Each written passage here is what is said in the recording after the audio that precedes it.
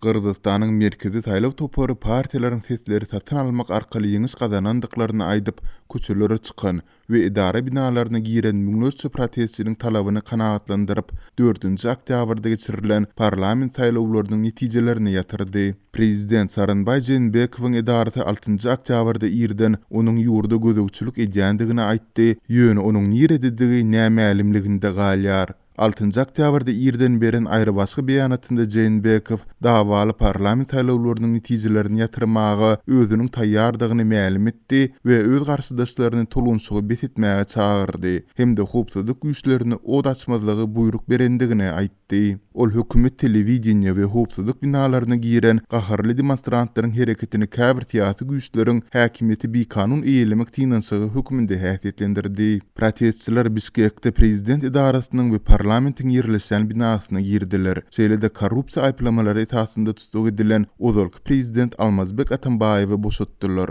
Bu wakalarda azyndan bir adam öldü, 590 oglaý hem ýaralandy. Prezidentlik medeniýet wekili Talganay Stamaliýewa 6-njy oktýabrda beýanat bilen çykyş edip Jeenbekowyň ýurtda düzgün tertibi dikiltmek üçin ähli tagallany edýändigini aýtdy. Jeenbekowyň häzir anyk niredidigi belli däl, emma Akipress nesiriniň maglumatyna görä Stamaliýewa onuň Bişkekdedigini aýdypdyr. Opozisiýadaky bütün Kırgyzstan, ýagny Jewit Kırgyzstan partiýasyndan dalaşgar bolan Umurbek Suwanaliýewiň 6-njy oktýabrda Azatlyk radiosyna aýtmagyna görä, prezidentiň ýok halatynda ol hukuk geňişiniň sekretarının orunbasary wezipesine dolandy we ýurtdaky kanun gorujy edaralaryň işini koordinirledi. Prezidentiň ýeredidigi barada mende maglumat ýok. Emma hukuk geňişiniň sekretarının orunbasary höküminde men kanuny ýagdaýda ähli hereketleri dolandyrýaryn. Häzirki pursat men kanun gorujy we hukuk edaralarynyň işini koordinirleýärin diýip ol belledi.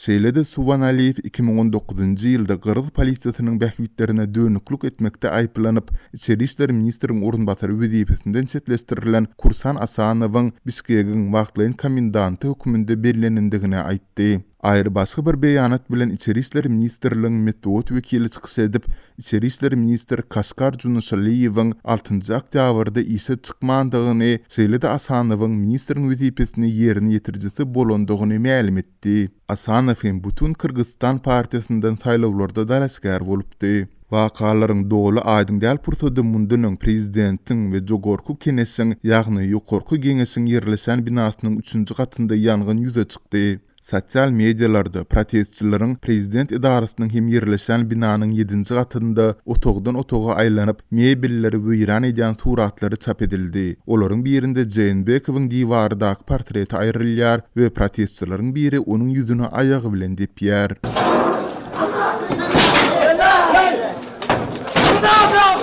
Protestçilerin ýene bir topary jegmeçilik telewiziýa we radio kampaniýasyny ele geçirdiler. Şeýle-de protestçiler hukuk boýunça döwlet komitetiniň binasyna girip, ol ýerde tutulukda saklanýan ozalky prezident Almazbek Atambaýewy boşatdylar.